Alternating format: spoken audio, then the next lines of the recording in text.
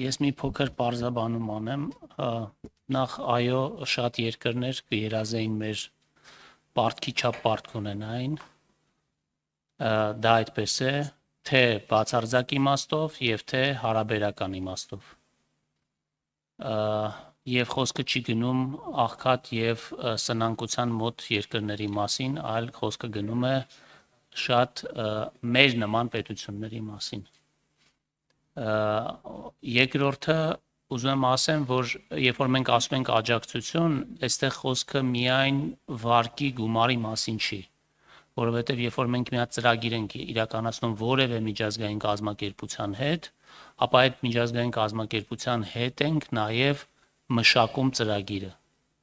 Եվ այդ կազմակերպությունը մեզ օգնում է ավելի որակյալ, ավելի լավ, ավելի արդյունավետ ծրագիր մշակելու հարցում։ Եվ կարծում եմ, որ այս իմաստով այո, կարող ենք աջակցություն համարել